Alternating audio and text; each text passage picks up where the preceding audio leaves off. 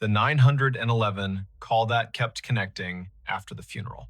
They buried the phone with him because his mother asked them to. It had been his tool and his diary, the way people keep their whole lives in their pocket now. And in the week between the collision and the service, she said quietly at the kitchen table that she wanted him to have it. The funeral was on a brisk Thursday in late March in a small town along the Skagit River in Washington state, the kind of day that smells like thawed earth and rain on cedar. 2 days later, at 2:18 in the morning, the county's emergency line lit up with his number and the call connected as cleanly as if he were standing outside the dispatch center with a brand new signal. Before we begin, tell me, where are you listening from and what time is it there? Keely March was the dispatcher on the board that night. 36. A decade of night shifts wrapped around her bones like a habit she didn't try to quit. She knew the sound of every ringtone the county used, and 3 it no longer trusted. She had trained herself to keep breath even if a voice said there is a gun, or the faraway way people say, I think I'm dying. She kept a knitted cardigan on the back of her chair and 2 photos on the shelf above the console. Her mother standing in front of Diablo Lake with her hair trying to fly away, and a Polaroid of a skinny boy with a chipped front tooth and a smile that looked like a dare. The boy was her younger brother, Finn, 28 in the photo, forever 28 by the time the town paper ran his name above the fold. The collision had been a week before spring turned a corner. Late at a 4-way stop out by the county line, an empty log truck rolling too fast through a fog that made taillights smear into red ribbons. Finn drove a dented Civic with a cracked dashboard and an air freshener shaped like a salmon that had long since given up its scent. He worked night stocking feed at the co-op and mornings on his old guitar, composing pieces called things like Wet Pavement and The First Chanterelle. When the deputy knocked on Keely's door just after dawn that Friday, the word sister felt like a ladder that someone had kicked away. They buried him with the phone on a Tuesday afternoon because the ground needed a day after the last hard freeze. Keely held the thing in her palm before they closed the lid. Old, black, the screen spidered, and the case pocked with drops of white paint from the time they redid the kitchen. She turned it face down, as if giving it privacy inside that last small room, and she did not cry in that second. She saved the crying for the night in her car outside the Safeway lot when the radio played a song he used to send her links to, saying, "Listen to the way the kick drum makes the air behave." So when the board flashed with his number at 2:18 in the morning, when the screen read Finn March Mobile, when the console showed the tower on the hill by bird's view, grabbing his call like a father grabs a child's hand crossing a street, there was a half second where Keely didn't breathe at all. Then she did exactly what training says. She pressed the line open, put her voice in the place it knows, and said calmly, 911, what is your emergency? Silence, which is not always empty. The air bedded itself in her ear. She heard distance, a kind of wet rush the river makes when it is thinking about snowmelt. Under that, a click like someone setting a mug on tile. Her eyes went to the automatic location information and found nothing helpful. The software threw up a circle that could have been half the county. The handset beeped as if someone on the other end had put a thumb over the microphone and removed it. Then a sound arrived that she did not mistake, a short, soft, breathy laugh. The exact one a brother makes when he cannot help but find something funny, even in a room where the air belongs to grief. Keely's free hand had already found the little rosary of buttons around enter that she wore down with steady use. Her thumb wanted the panic of someone else. She kept it from that. She tried again. Can you talk to me? If you can't talk, tap once for yes, twice for no. If you are hurt, I need you to stay on the line. We are here with you. A small sound like wind through fur limbs rode the connection, then static, thin as a hair. The call timer hit 19 seconds, 21, 27. She probed the network with a key command. The number at the top of the screen did not lie, it was his. She sent a ping. The triangle on her map twitched half an inch and then flattened, embarrassed to have moved. The night supervisor, a stout woman named MrBall, who kept cough drops in a coffee mug painted with trout, wheeled her chair closer without rolling over Keely's headset cord. You good. It's his, Keely said, and felt foolish because the board already told them both. She tapped a line into the event note. Caller number displays as deceased subject. Open line, faint audio, possible misdeal from unknown handset, possible pocket dial from transferred number. Because the systems need this kind of vocabulary even when the body wants to type a prayer. The line stayed. The river sound rose and fell with the patience of a thing that had been working since the first melt in these hills. Twice the click. At 42 seconds, a voice so faint that her headphones might have invented it if she hadn't known the exact way it shaped vowels. A whisper before the word, the way he did when he wanted to speak quietly but his breath didn't know the trick yet. Key, he said. Then static erased whatever came next. She did what you do. You keep the line alive and you start the search without pretending you can command the search's heart. She thumbed a hot button that rang the on-call deputy cruising past Lyman. She opened the text box to the Fire District volunteers and wrote a plain message. Open line 911 from cell belonging to Finn March. Please stage at South Skagit Highway and mile marker 12. Listen for any audible cues. She sent it. She kept her voice in that pocket where calm is a bridge other people can cross. If you can hear me, Finn, give me anything, tap, breath, song, whatever you want. I'm here. I've got you. At 1 minute and 9 seconds, the line disconnected itself with the flat little goodbye that handsets make when they are tired of holding grief. MrBall squeezed Keely's shoulder. Not hard, just where the muscle under the blade flinches when you ask it to admit it's a muscle. Phones glitch, she said. The way you say a thing because you care about the person you are saying it to, not because the sentence is enough. It might be a number that got reassigned too fast. Or a voicemail we don't understand, or the system hiccuping. Eat your granola bar, drink your water. Keely nodded. She typed. She called the carrier and reached a support tech whose voice was young and far away and trying very hard to be the right kind of helpful. He put her on hold while he consulted screens and a script. He came back with words that felt like pebbles. The phone was deactivated the day after the funeral. The SIM wasn't live. The number was in a 30-day limbo before being returned to the pool. No activity on the account, no pings, no nothings. He suggested, gently, that older consoles misreport. She thanked him with the flat politeness you give a person who has done their job thoroughly and still left you in the same room. At 3:31, the line lit again. Same number, same tower, same ring that used to show up when he called from outside the co-op in the rain. She connected. This time, the wind sound was larger, the way a body learns to be a room for weather. She said his name. She said her name, because sometimes that helps even with the living. The whisper arrived again, under a breath that made her think of the cold. Key, he said. Key. What key? Love. Tell me where you are. She could hear MrBall pinging the deputy, already turning him around toward the bridge at Minkler. She messaged the volunteer fire chief, a man named Boone with a mustache that looked like the map of a meandering creek, and he replied with a thumbs up and the single word rolling because that is how nights with radios and riverbanks work. The whisper came a third time. Key, box. Then the line shook itself off like a dog and was gone. At dawn, she drove home the long way because the short way had too many pieces of memory stuck to it.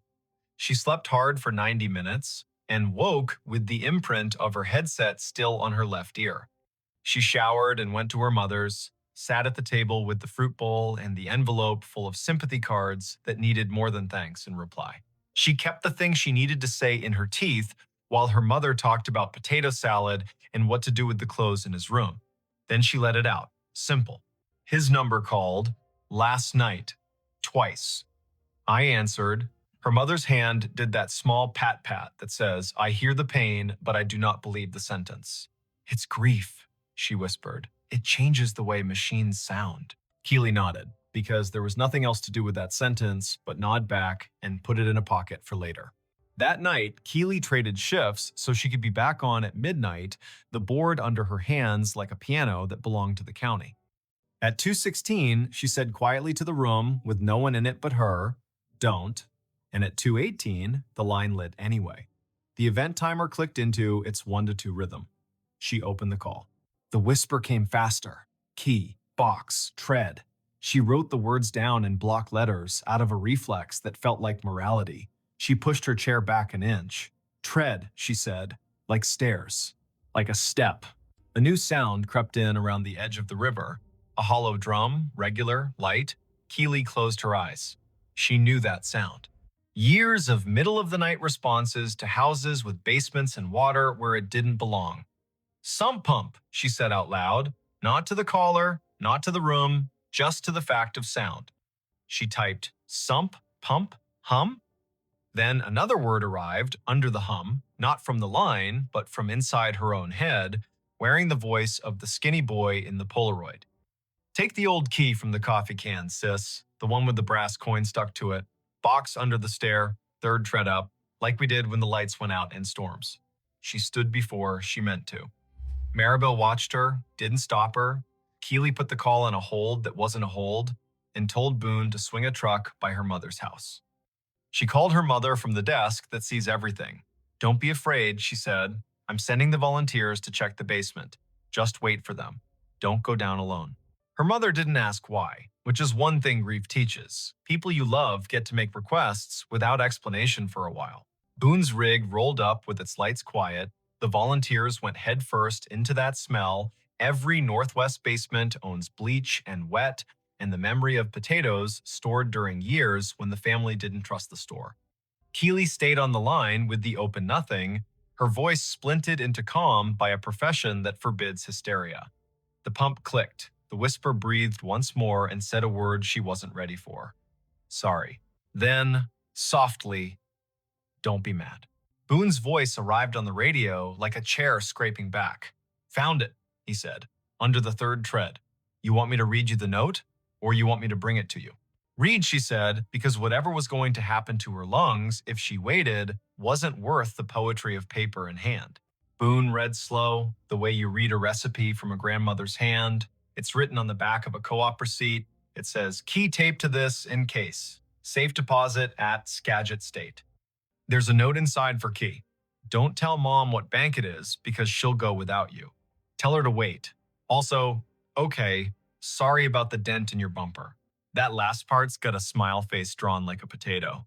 Something in Keely that had been standing on one leg for a week put its foot down. She let out a laugh that wasn't a laugh and wasn't anything else her mother would have recognized over the old landline if she'd been listening. She wrote the words down because the act made them legally alive. The line in her ear hissed a little, as if pleased. Then it went quiet. Morning brought a restless sun and the sort of legal tasks people think the dead should have trained us for. She drove her mother to the bank with the safe deposit vault and the ancient pen on a chain.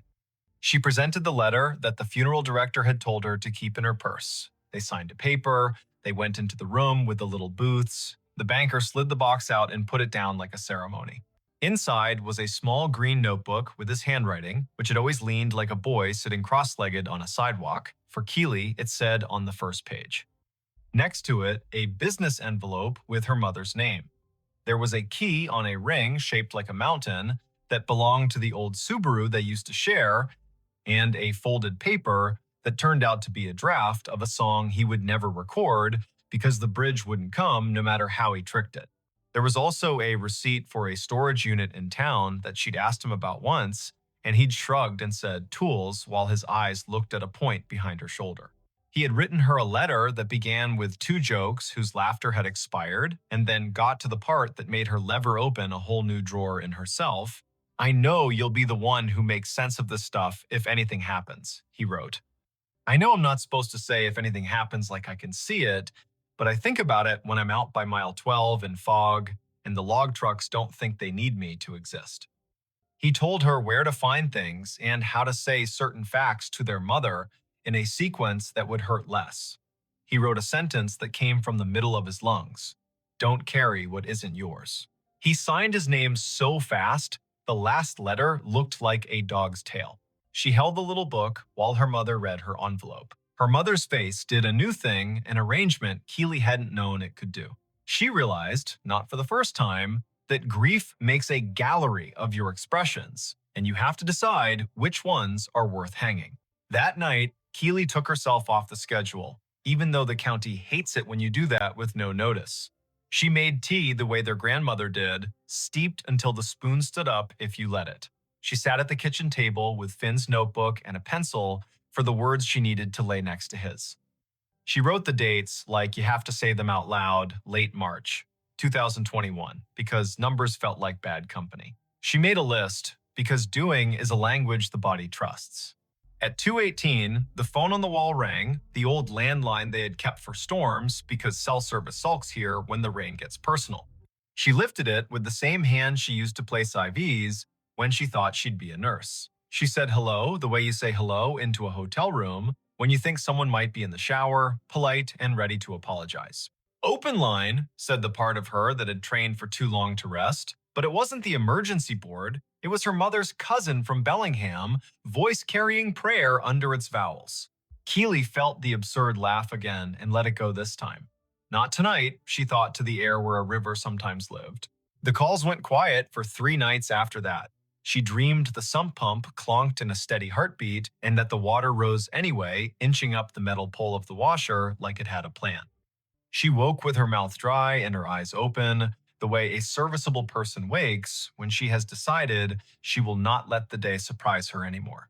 On the 4th night, the board lit at 1:10, not 2:18. Same number, same tower, same little pang like someone pulling 3 hairs from the back of her neck in the exact way a brother does when he wants you to feel a thing without associating the pain with him. She answered, now less afraid of the fact and more afraid of the day when the board would decide to stop being strange. This time, it wasn't the river. This time, a sound like tires on aggregate eased into her ear. She heard a blinker make an unnecessary music. She heard a rumble her body recognized as the mile-long freight that climbs the grade toward concrete and can be heard everywhere when clouds lay a lid over the valley. She said his name. The whisper didn't come. Instead, a voice she didn't know. Exhausted in that way dispatchers measure, with a ruler, not with pity.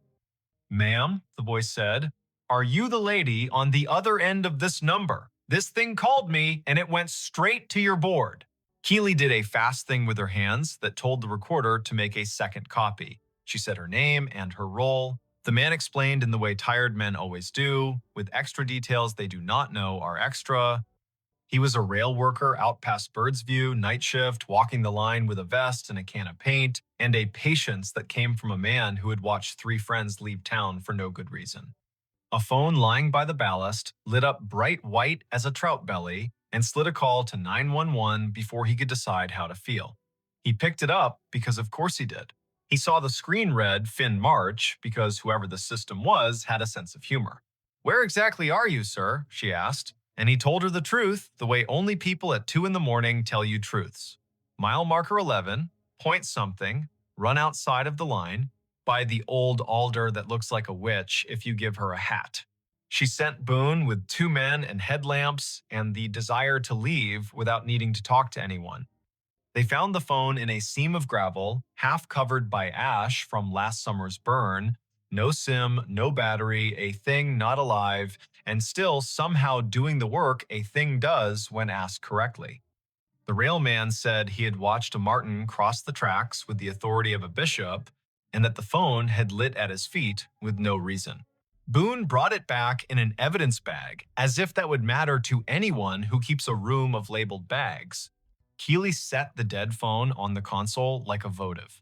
She stared at it 4 minutes and 40 seconds, and then turned it face down the way she had in the chapel with the roses and the smell of lilies that always go too far.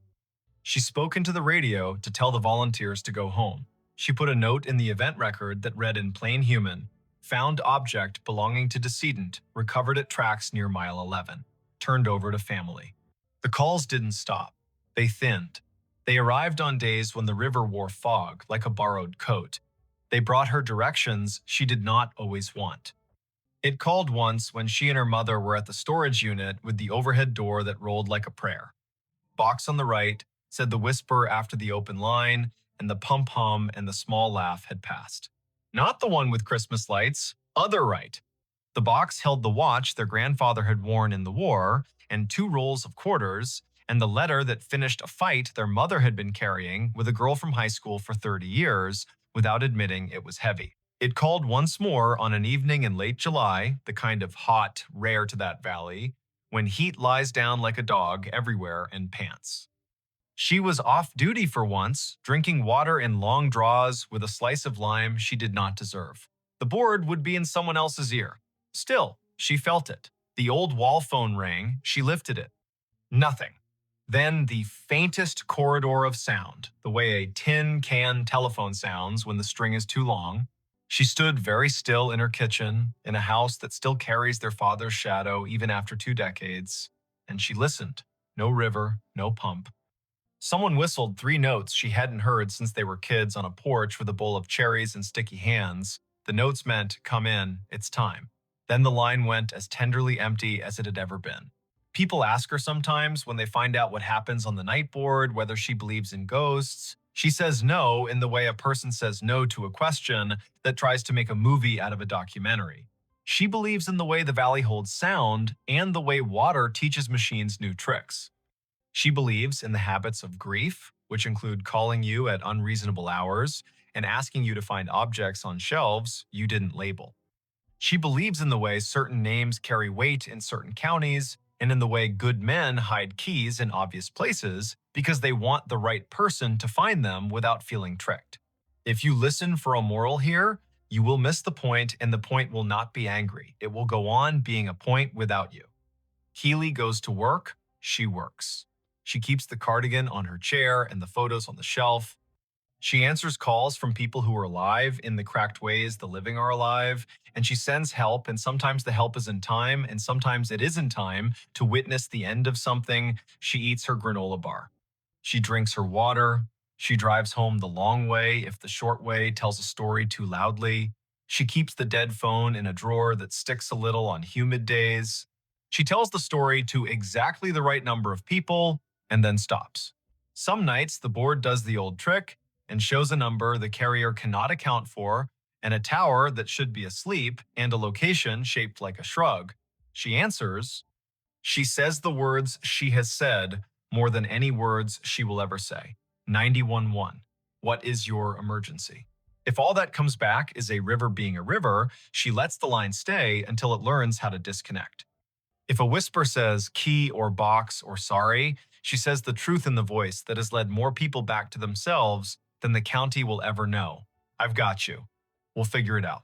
When she passes the graveyard on her way to the early shift now and then, she rolls the window down and checks whether the air smells like cut grass and stone or like lilies someone should have watered more recently. She does not say his name out loud there because she knows better. She says it in the car when the freight rolls through the valley and makes the whole county feel like a chest resonating under a singer's hand. She says it in the basement when the pump kicks on and the house remembers last winter. She says it when her mother takes a nap in a chair with sunlight that has fallen asleep with her. And sometimes, when the hills fold the night just right and the board glows a color she cannot forget, the call connects after midnight and after the end of a song and after the last note of a life that learned to close drawers. It connects after the funeral and after the casseroles and after the number has technically stopped being anyone's. The call connects, and a river breathes, and a laugh leans into the wire, and a word that matters knows the way to the one person who will stand still long enough to hear it and then do something small and exact with what she has heard. That is enough. That is all anyone should demand from a story that features a phone and a county and a woman who is good at being awake when most of the world is asleep and at letting go when it is time to let the line go.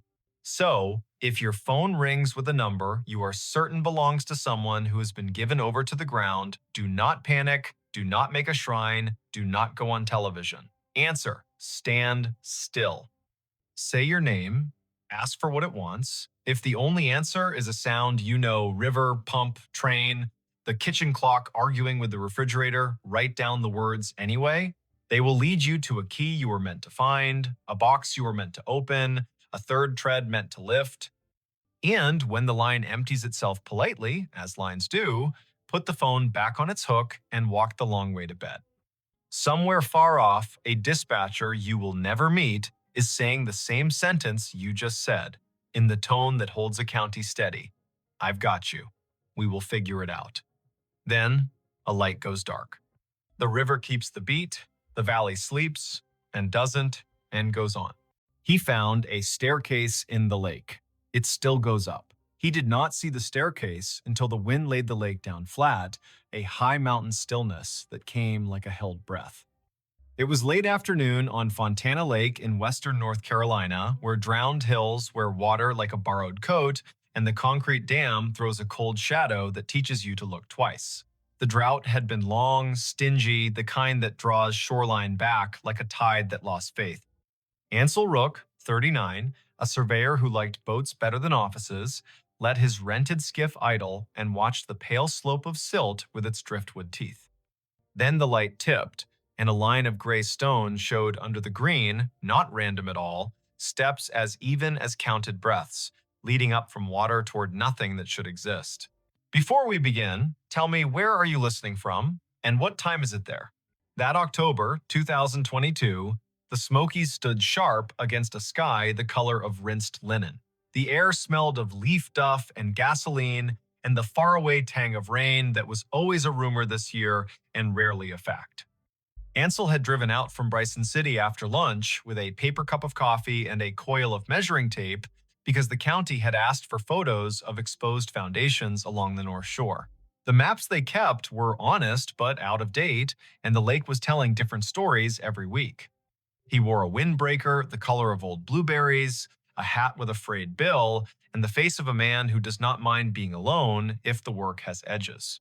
He cut the motor and drifted. The steps began in green water a little deeper than a tall man's reach, the lake clear enough in that pocket to show the top 3 treads before light blurred into bottle glass. They continued above the surface, slick with algae at the line where water had been yesterday, then dry, then dusty, another dozen risers marching toward a slash of bank where saplings clawed at loose dirt.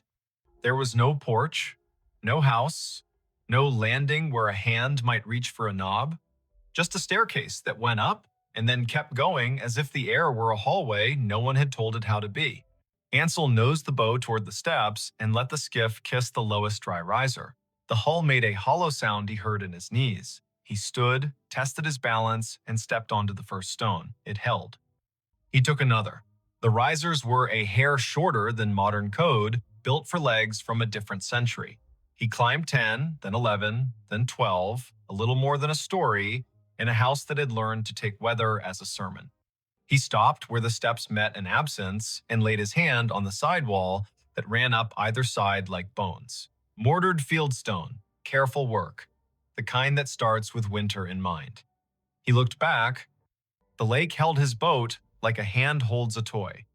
The dam stood off to the west, all angles and utility, its face unreadable. A loon called once far out, the syllable slanted and old. The stare made no answer, and that felt like an answer. He took out his phone. No signal, which is how stories get their chances. He knelt and ran his fingers over scrape marks in the treads where feet had once taught stone to be polite. He brushed silt from a riser with the cuff of his jacket and uncovered a line of letters someone had cut with a chisel and a spare hour. Willow Gap. The name felt right in the mouth. The steps had belonged to a place on a hillside that no longer agreed to exist. A truck rumbled on the scenic road above the tree line, then faded. Ansel stood. He is not a dramatic man, not a man who says the word haunted when the word history will do, but he felt a little movement in his scalp when his boot tried the next tread up and met nothing it could trust. He lifted his foot and set it again, and the soul found purchase on air as if stone continued in a material too stubborn for his eyes. He could feel something there, a resistance like the way a field of grass resists when you try to step through a place where deer have passed and the stems remember. He pressed. His weight held. He let it go and stepped back, heart knocking once, but not twice.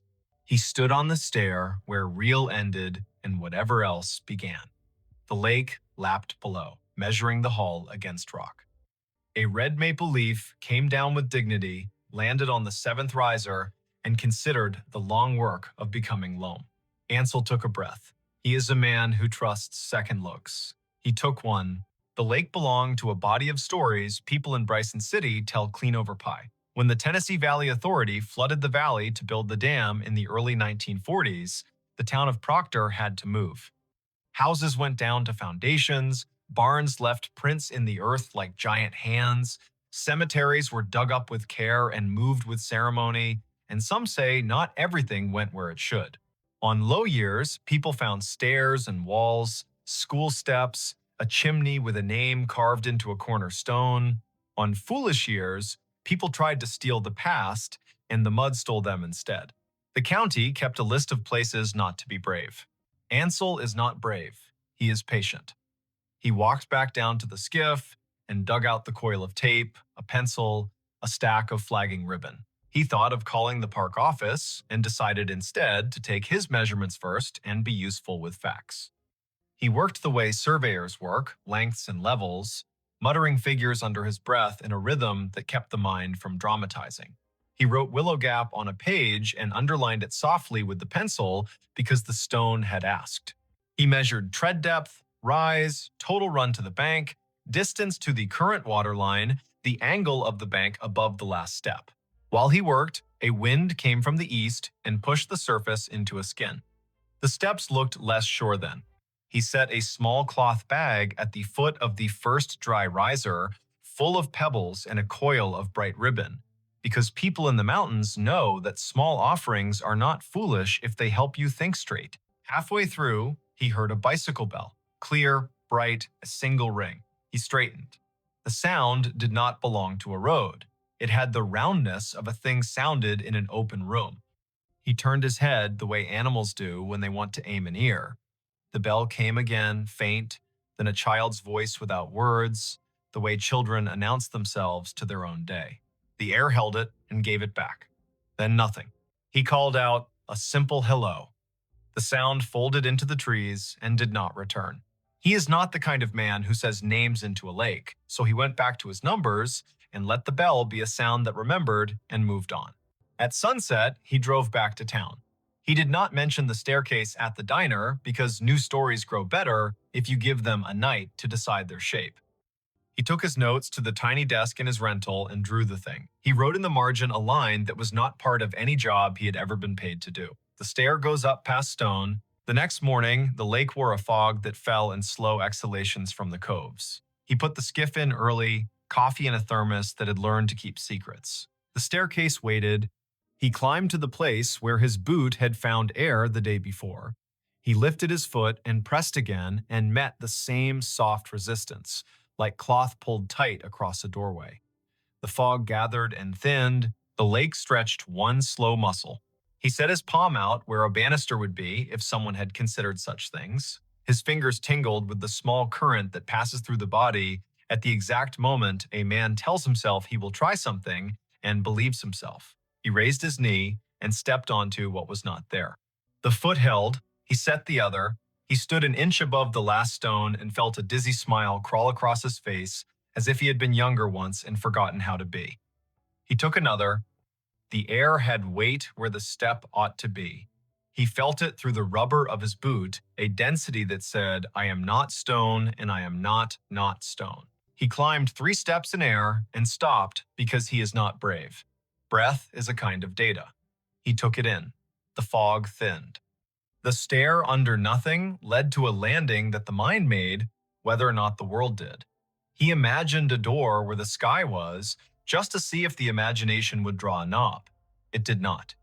He stepped back, down onto the good stone, and laughed once, quietly, pointedly, the way you tell yourself you are still a person whose days have jobs in them. On the 3rd day, he brought someone. Ansel is careful about who he invites into something he cannot name.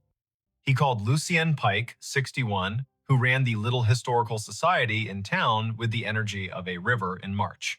She wore a quilted vest and a wool cap and the kind of boots women earn by living here.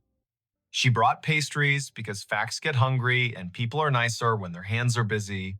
She listened while he told it. She did not interrupt.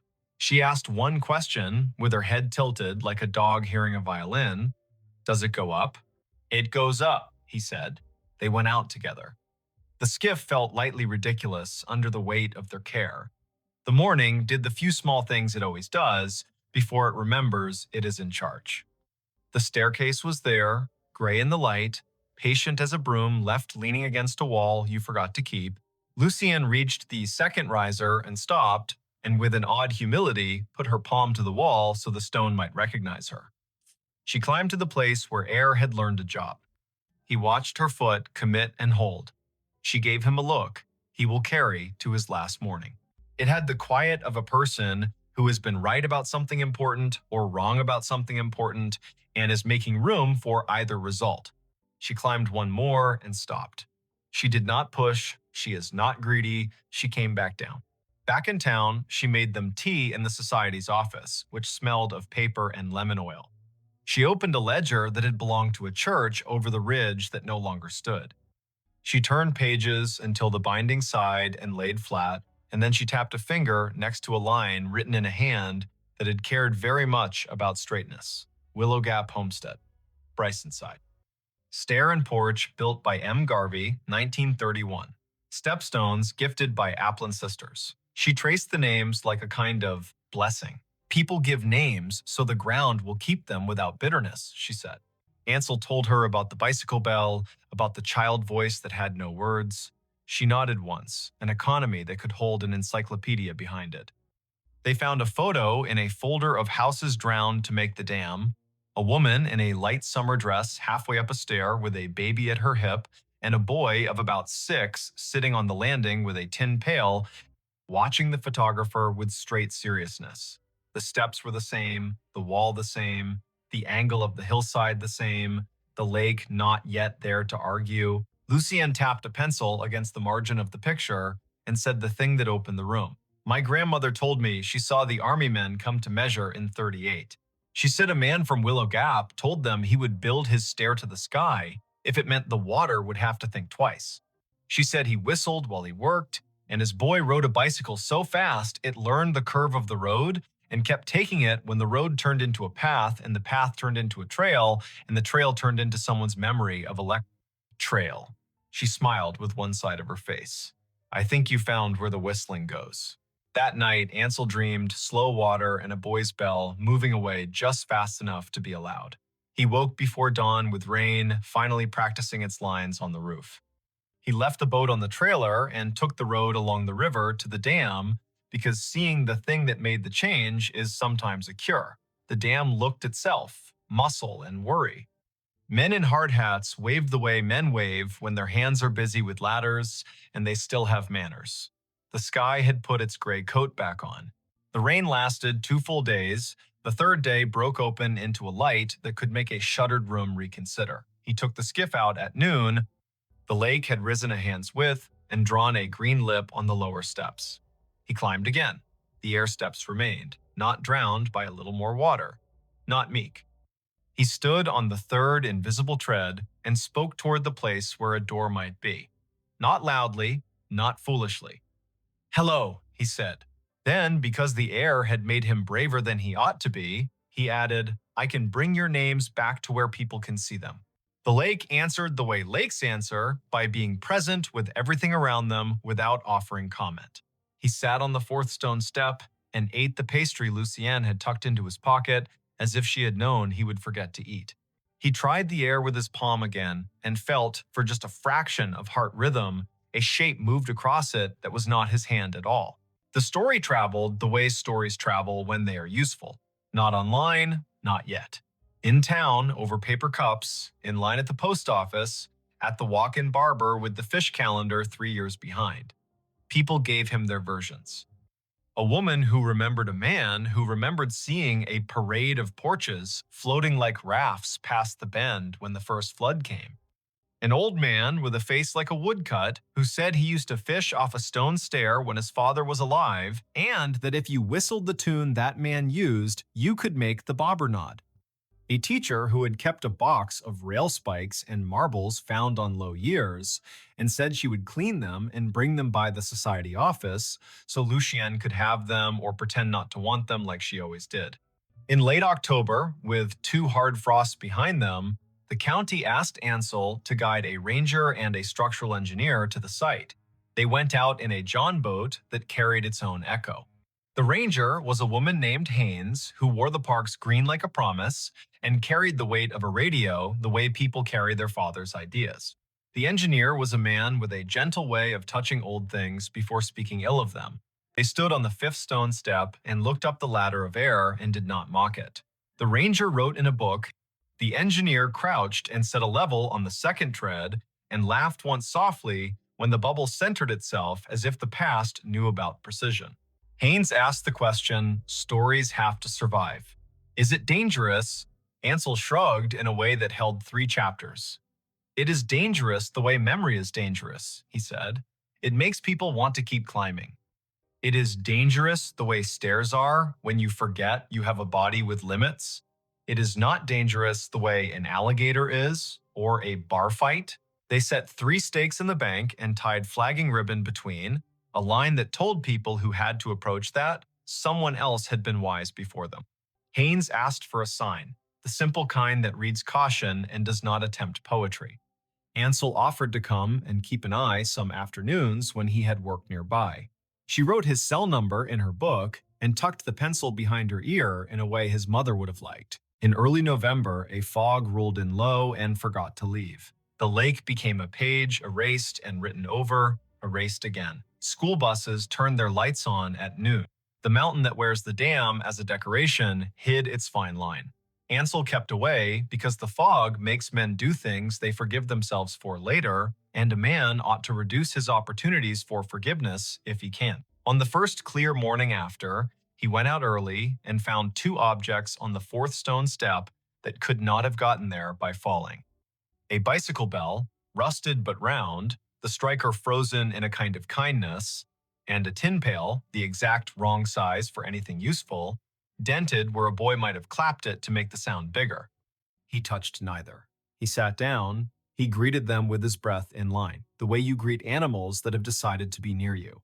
At 10, Lucienne arrived with a thermos and 2 paper cups and the sort of force field that keeps good men from doing dumb things for no reason.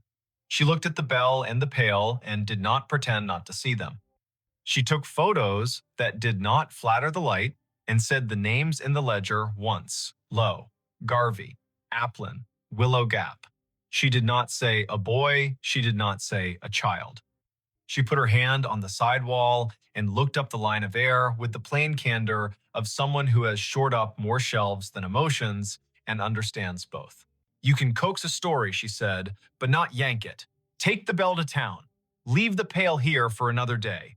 We will see what the lake thinks of compromise. He took the bell gently, wrapped it in a handkerchief he had never found much use for before, and pocketed it like a chosen stone. Back at the office, Lucienne set it next to a photograph and a typed card. Bicycle bell recovered from Willow Gap Stair, fall of 22, likely pre-flood artifact. On the card, a second line in pencil for people who read too fast. The stair goes up.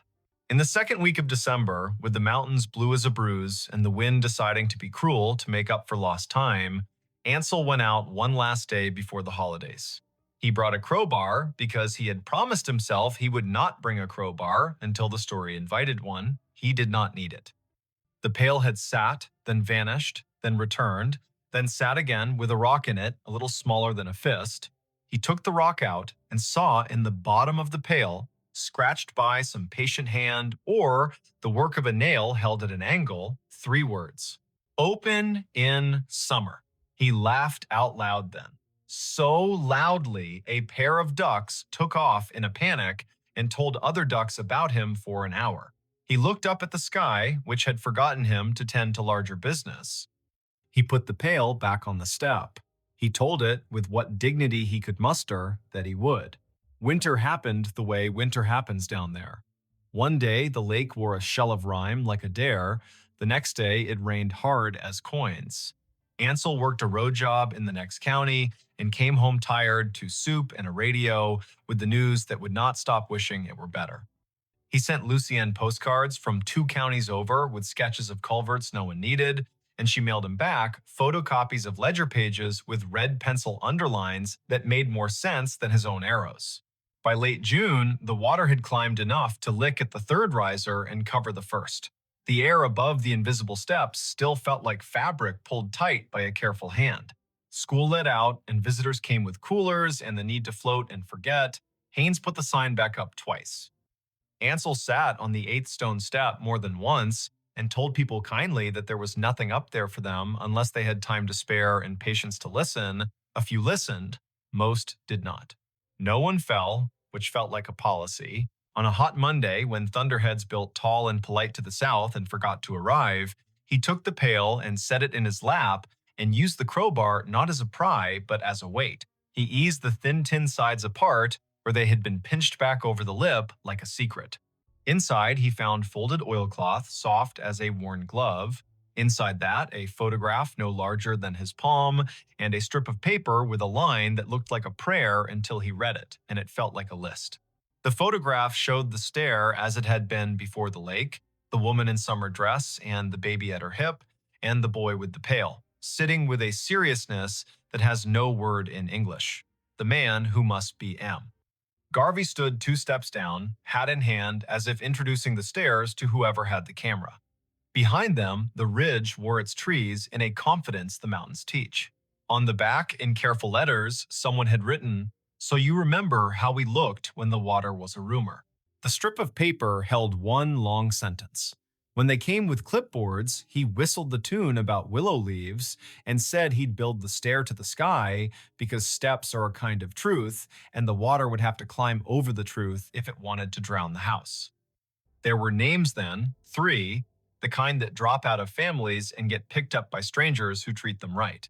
He folded the strip back into the oilcloth and put all of it into the pail and set it on the step, because the story belonged to the stair more than it belonged to him. In August, a lightning storm chewed on the dam and left it as it had found it. In September, a girl with a blue braid and a polka dot dress climbed the real stone steps and stood at the place where air did its work and played a penny whistle softly, 3 notes, and then a run. Her grandmother sat on the second step and wiped her cheeks with a tissue she pretended was for sweat. Lucienne watched from the bank with a composure she had purchased fairly over years of deciding when to speak and when to file. Haynes wrote a note in her book that read in an unsentimental hand, "Leave space here." The last time Ansel went before the rains came back for real, he climbed onto the third invisible tread and set his palm out at the height of a child's head. He did not feel breath. He felt pressure. A small, exact pressure like the world confirming a measurement you would have sworn was off by just enough to drive you mad. He closed his eyes and saw the boy on the landing with the pail and the bell. He saw a woman take the last 2 steps at a practical pace, baby on hip. He saw a man look out at a hillside that had just become a lake and refuse to let the stair be anything but stairs. He opened his eyes, and the lake went on being a lake. There is not a larger lesson he can give you from this, except the one he wrote in the margin of his notebook after the second week, a sentence he did not quite understand then and understands in the small of his back now. Not everything drowned. Some things learn to keep their shape in the air and wait for your foot.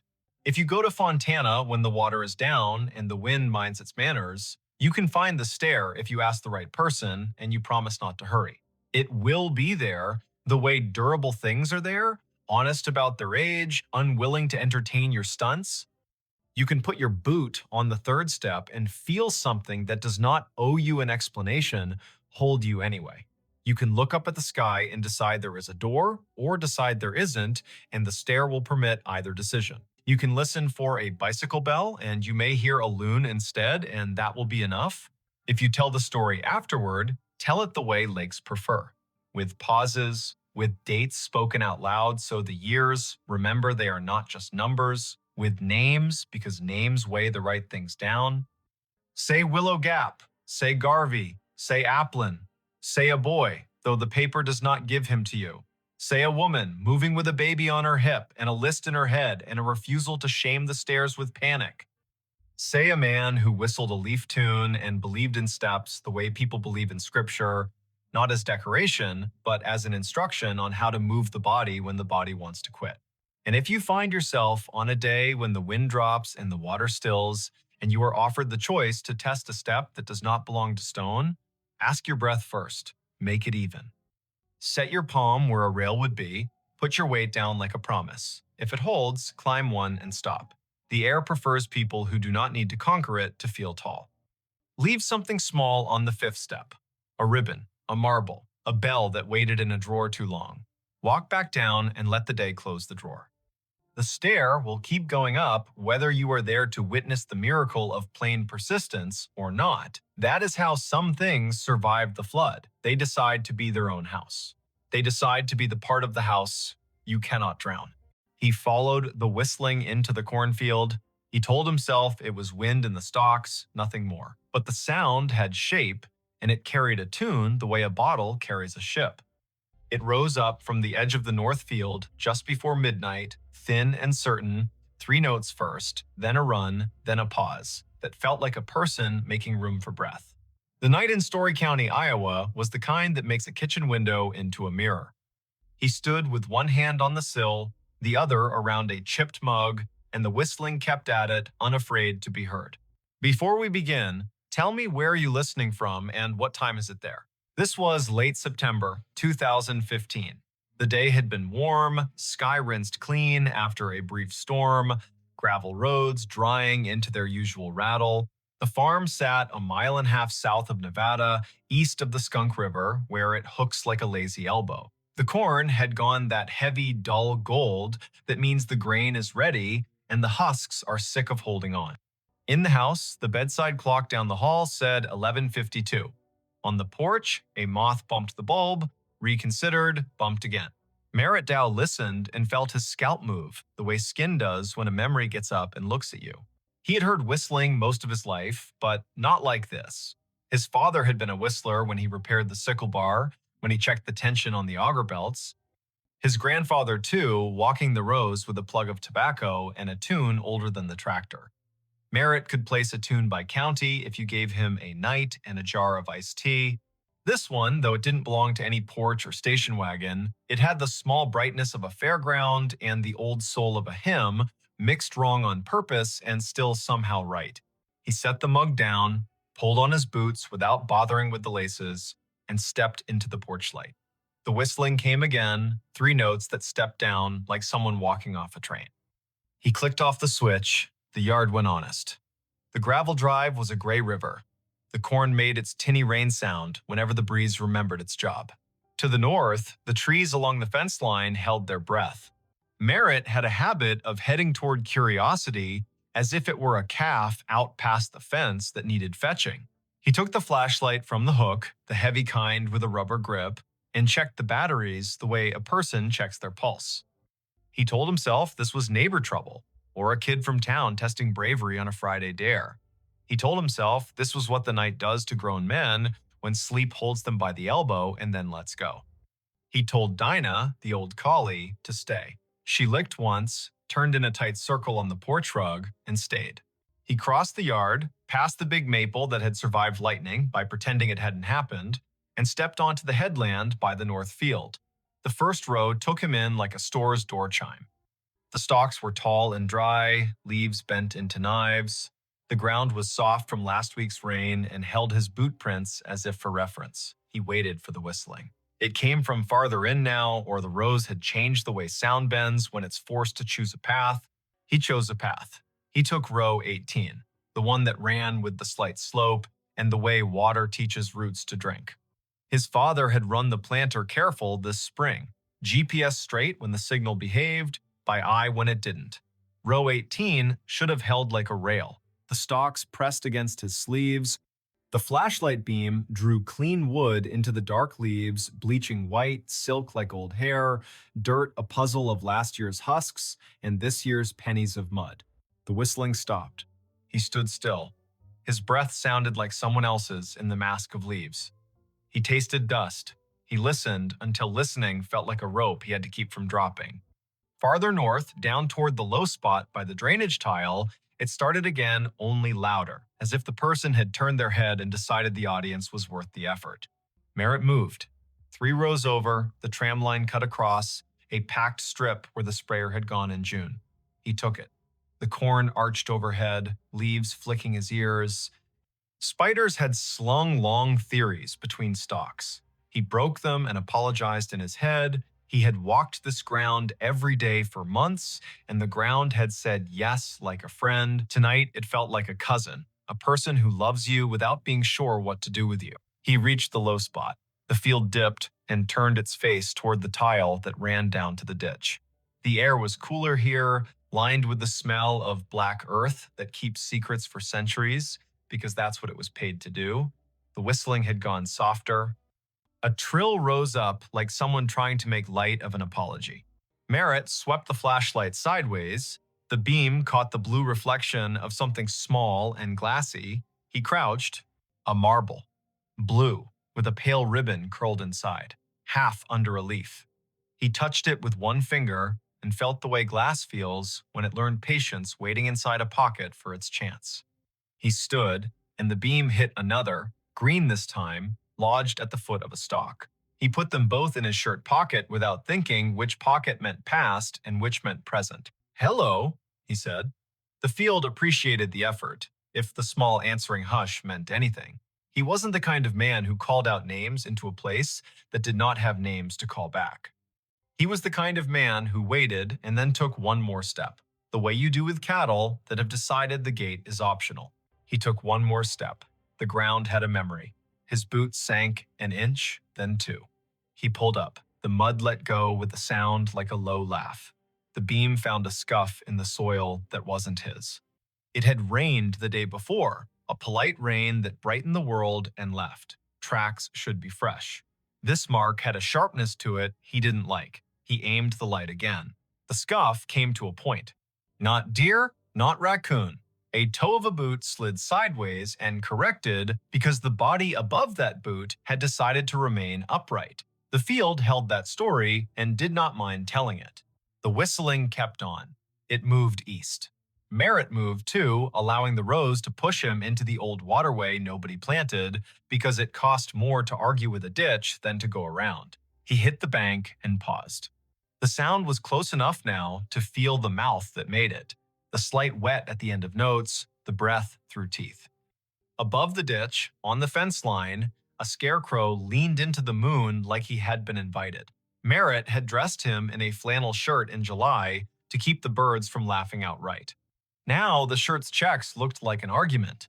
The hat had blown off sometime in August. The steak had a twist in it the way wood does when it was alive and insists on a personality after. The scarecrow whistled.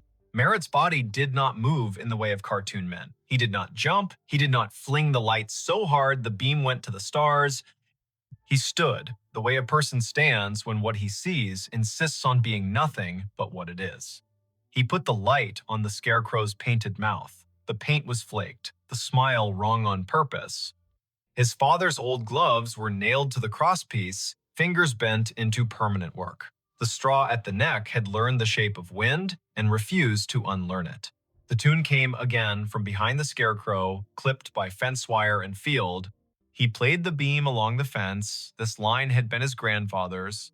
His father had repaired it across 3 winters, one staple at a time, using a hammer that had bent 100 nails and 100 more. Tonight, a single strand lay loose between posts, a neat cut at shin height made by someone who liked clean work. Beyond the fence, the other place. Neighbors in the country are closer than people in town and farther away. The acreage to the east had belonged to the Kesslers once, then to the bank, then to a man who installed irrigation pivots with a speed that made the county whisper. Then it's Saturday. The pivot circle kept a gargoyle symmetry in the daylight and turned to bones at night. The whistling came from inside that circle, not far, an invitation or a dare. Merritt climbed the fence by habit and dropped into the tall, ragged grass beyond. His flashlight skipped over metal. The pivot tower rose where the corn had been cut early for silage. A ladder led up to a catwalk that had not been used since a summer of drought and cheap diesel.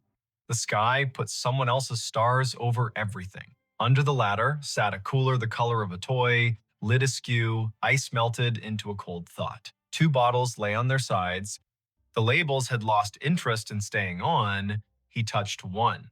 The glass was warm, warmer than the air deserved. He called out again, a different word this time. Friend, the whistling answered with the same run of notes. He followed the sound around the base of the pivot. His light found Cobb's nod down to the spindle by raccoons with principle. He found a folding chair with only 3 of its 4 screws willing. He found a playing card gone into the dirt, face down forever. He did not find a person. The corn from the other side rustled, a polite cough. He turned. A taller shadow leaned out from where 2 rows had been pushed apart. The flashlight found denim, boots, the hem of a coat cut square. A hand. The skin had the tint of rural men, year-round, sun-washed, wind-scoured. The fingers were long and still. The hand did not wave.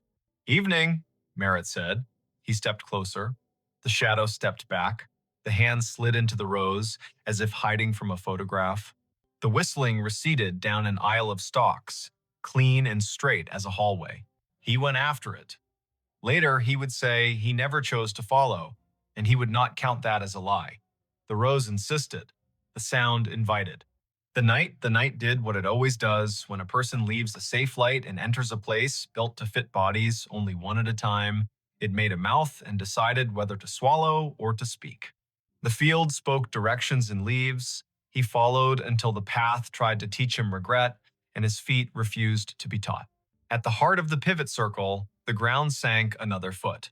He stumbled once, caught himself against a stalk so dry it cut his palm in a clean straight line. He swore, quietly, with vowels only. The whistling had slowed. It drew out a single note and hung it in the air as if asking him to name it.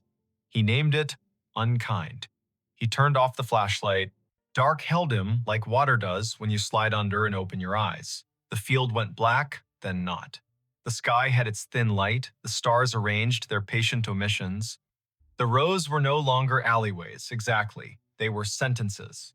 A breeze moved through and added commas. He stepped forward into a word, then another. The whistling stopped. He waited. He could hear the pivot tower creak, a metal thought adjusting. A truck moved way off on County 18, 3 miles at least. Tires with thick voices, a man's radio too loud in the cab because the night drives its price down for everyone. He waited until the waiting was its own problem. He reached for the flashlight. The beam hit denim again. Close. A shoulder. He yanked the light up and met a face. It was not a face he knew from today. It might have been a face from a photograph under glass at the county fair, past names, eyes poured in. The hat was the wrong cut for now and the right cut for when hats were more than hats. The eyes adjusted to light with the slow patience of a barn cat in a doorway. The mouth held a shape that wasn't a smile and wasn't what comes later. The cheeks were hollowed in, the way working men's cheeks sag when they finally let the day have them. "Don't," the man said, not loud. He lifted one finger the way a teacher does when she'd rather not get stern. "Don't shine." Merritt lowered the beam to the man's chest. The denim had a tag that read, "Kessler in faded thread," as if a mother had stitched it when mud was the usual weather. The man nodded, brief. He put 2 fingers to his mouth and whistled the run again. The note slid under the leaves and came back altered by straw and distance.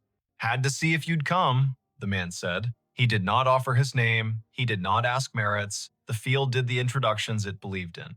The man tipped his chin toward the north, where the ditch had cut a new curve 2 springs ago, and nobody called the county because sometimes you let water take responsibility for its own choices. "Come on, then."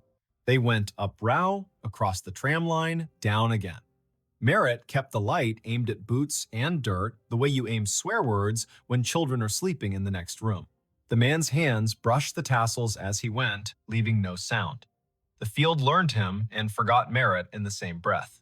They crossed into the neighbor's back 40, and the soil changed, darker and more confident.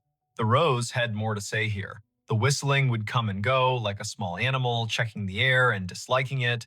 The man stopped at a patch where the stalks had been storm-bent and then righted themselves out of pride. He crouched, hand out, palm down, on top of a flat stone that had no business on this ground. The stone was square. It held an iron ring in one corner. He tapped it. The sound returned like a jar lid. "Used to be a storm door," he said. "For the root cellar. They built the house up there." He flicked his eyes toward where the stars thinned and the silhouette of a ruined chimney picked its teeth on the horizon. Tornado took it in 54, you know that. Merritt nodded. He had heard the story. The county leaned on that year. It changed the way people believe in roofs. 3 days after, the man said, setting his palm to the stone like a pledge, "My brother thought he heard whistling here. We believed him because he was the kind of boy who told the truth, even when it meant he had to walk back and fix something. He followed it. Everybody followed it. Men with boots and women with cakes and ropes and tubs and a feeling of the back of their necks being breathed on. We pulled the stone up. We brought lanterns. It goes under like a snake down there. The cellar does. We didn't find anyone. No boy, no breath, just apples rolling because that's what they do when people die. Things keep their job anyway. We closed it back up. Weather put a shoulder on it. And now," he stopped. The whistling came, this time from under their feet. It rose up through the stone like a trick, thin and mean and a little proud, a tune that went square, then wandered off the edge. The iron ring shook against its socket with a burr. Merritt felt the hair along his forearms ask for a vote. "Now," the man said, "it calls people here when it's time." He put his hand on the ring. "I'm tired of it calling people here who are not me." He lifted. It did not rise much. The hinge had rusted itself into religion. The man looked at Merritt, not pleading, exactly, not persuading. He looked like a person offering you the end of a sentence the world has been running too long. Merritt set the flashlight down on its base and got his fingers under the corner. The stone was heavy-hearted, more weight than mass, the kind of weight that comes from being asked to hold back a story. They lifted together. It rose an inch, then two. It settled on a ridge of broken brick. The smell answered before the dark did. Apples, old and bitter, work that had gone on without supervision. Cold earth that had kept promises by crushing them. A draft moved across Merritt's knuckles. It took his body down a list to be sure each part remembered what stand means. The whistling ran up inside the gap and out. It had volume now. It wished it had a throat. It would have stopped if someone had blessed the night right then and said, "Go on to sleep." No one blessed the night. Merritt and the man held the stone a second longer, then eased it down onto a stick propped like a tired knee. The gap held.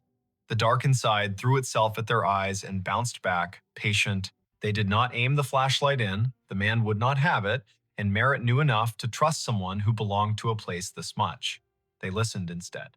The whistling ran its tune twice, then twice again, and each time the final note sagged, as if asking someone to let it lie. "Why me?" Merritt asked. He wasn't offended by the question. He wanted a reason that could wear a hat. "You were the one who heard it honest," the man said. "You stayed at the edge of your field as long as you could and still came. Some men run because they want a story to tell about themselves. You came because you wanted to know who to go fetch." Merritt shoved down the part of himself that softened at that. He bent, slid his hand into the gap until his fingertips touched the dirt at the lip. It was cool, the way a basement never loses January.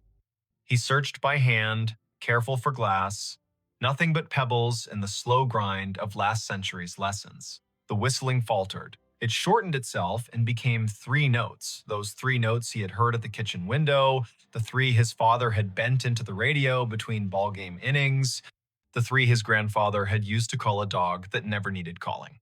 He withdrew his hand and stood. The man had his head down, listening as if his bones were the receiving equipment. He began to hum, not the tune, but a harmony low and uninsistent. The whistling slowed. The cellar air came up wetter than before, fouled for a second by something like breath and then clean. The whistling stopped. They waited a full minute, then another. Merritt counted, slow as if a child in a tent had asked him to promise monsters were on vacation. The ground under the stone was a fact again. The man let his harmony stop, the notes settling like a bird on a line, and then choosing not to stay. He knelt and pulled the stick, and the stone met its ledge with a sound like a chest closing.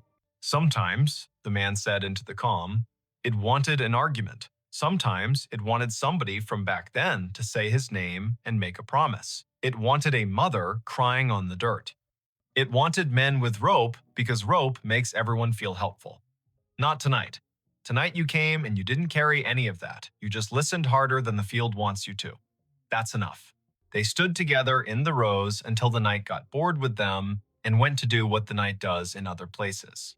The pivot sighed and remembered it had bearings, not opinions. The ditch water moved on its way, not fast, not slow, never wrong. A coyote put a sentence into the air and another answered, and both sentences agreed to end where they did. The man tipped the brim of a hat he wasn't wearing and turned back into the corn. His boots made no more sound than a thought that knows its limit. Merritt found his way to his own side of the fence. The cut strand had not healed. Fences need hands. He climbed and dropped into dirt he had paid for with 3.5 decades of rain and frugal Sundays. The scarecrow leaned the same way. His flashlight picked out a nail that had worked proud where a glove met wood. He tapped it back in with the handle, the small sound a hope. On the porch, Dinah lifted her head and thumped her tail twice. He sat on the steps and watched the sky unspool its last thin silk. The clock over the stove in the kitchen read 1:42. A local freight passed through town without asking anyone's opinion. The night had its usual old chair smell. Merritt took the marbles from his pocket and rolled them in his palm. He did not take them in the house. He set them on the porch rail, 2 small moons that decided to belong to weather again. He slept in the chair by the door with the light over the sink left on because he was still old enough to do what his father had done and still young enough to want a reason for it. In the morning, his neighbor from across County 18 pulled into the drive with the casual angle of men who do not use turn signals because everybody already knows where they're going. Otho Vale had the kind of face that had learned to tolerate sunlight and other people's plans. He stepped out, looked toward the north field, then at the porch where the marbles caught the first slant. He paused. "Thought I heard it last night," Otho said, as if they'd been in the same dream and had already agreed on the parts to keep. "I didn't come. I was afraid if I went, I'd bring the wrong thing with me. You go." "I went?" Merritt said. He poured coffee into a cup that had chipped the day his daughter drove away, with her car full and her eyes wider than they had any right to be. He handed the cup down. "There's a stone out there. You know it." Otho nodded. "Been there longer than you and me combined. Some things are a door, and some things are the breath you take before you knock." They sat without sitting, Otho leaning on the post, Merritt half on, half off the iron chair that had belonged to his wife's aunt, and squeaked like the first word of gossip. The morning took the night apart and put it away neatly. The field did what fields do after an event. It pretended nothing had happened and invited you to harvest. By 10, the co-op truck rumbled up, the driver wearing the resigned cheer of a man who deals in averages for a living. Merritt walked the headland with him, pointed at moisture readings that lied slightly, agreed to pretend the numbers were written on a blackboard by someone with authority. He did the work. He did it until the work forgave him for wondering what else he might be supposed to do. That evening, he repaired the fence where the strand had been cut. He pulled it tight and stapled it with his grandfather's hammer because you use the tools that know your hands. He hammered in 3 staples and left one in his pocket so the fence would remember there is always one more job and it can't get cocky. He checked the pivot base out of courtesy to the machine. He replaced nothing. He spoke to no one. The sky went red behind weather stacked to the west, Kansas doing its job of sending clouds as if on purpose. For a week, the field behaved. The wind laid down its sheet music neatly. The coupe truck counted out grain like blessings. He slept at the proper times and did not wake to odd hours with the feeling of someone whistling at the edge of his life. The marbles stayed on the porch rail until a grackle knocked one off and it rolled into the peony bed and took up residence there like a kindness. The other slid into the pocket of his jacket and made friends with a nickel and a screw. On the 9th night, just after the 10 o'clock news told its last hurries, he heard the 3 notes again quiet, like acknowledgement, not summons. He walked out to the north edge and stood with his hands in his jacket, listening. The breeze had a bite, the first hard frost would be soon. He unlocked the gate at the lane and left it open for an hour, for no reason at all anyone else would endorse. He closed it again out of habit and walked back slowly, because a person should walk slowly sometimes or the land will feel cheap. He did not go back to the stone unless the sound asked, and it did not. He did, however, leave a small jar on the porch rail next to where the marbles had Saturday. It held nails, the good kind, old, with heads like pennies. Every day when he came home, he put one in his pocket, and every day when he went out after supper, he took one back to the fence line and put it in a coffee can under the scarecrow's torn shirt. Nobody told him to. He liked the weight exchange. He liked that fences need reminding and that the world is not improved by a man who ignores a slack line because his thoughts are more interesting. October reached both hands across the month and pulled. The trucks came and went. The harvest went well enough that he stopped thinking about what could have been if it had rained 4 more afternoons in August. He slept, he woke. The whistling did not return in any way that made him leave his chair. He began to tell himself he had imagined a portion of it, as a man will do when a thing does not ask for money or apologies. Near Halloween, his daughter called from Cedar Rapids, a night shift at the hospital, voice folded with fatigue and the kind of joy that remembers to leave room for the day. He told her about the fence and the harvest and the brakes squeal on the auger wagon that he had decided to live with until January. He did not tell her about the cellar. He would, maybe, when she brought the little boy down for Thanksgiving and they stood by the ditch and talked about frogs like a miracle. He would, maybe, if the field asked them both. In late November, after the last corn went into the bin and the bin talked in its sleep, the county put on its winter color. The field showed ribs, the ditch showed its honest bottom. The wind took one of the scarecrow's gloves, and Merritt did not replace it because some things are beautiful at half done. He walked every line of his ground one afternoon with the sun low and the temperature willing. At the fence, by the pivot circle, under the coffee can where he had been giving the fence its nails, he found a small thing. A train ticket for a child, maybe, not used. Edges scrolled by, damp and patience. The print read, Nevada to Ames, 2 bits. He turned it over.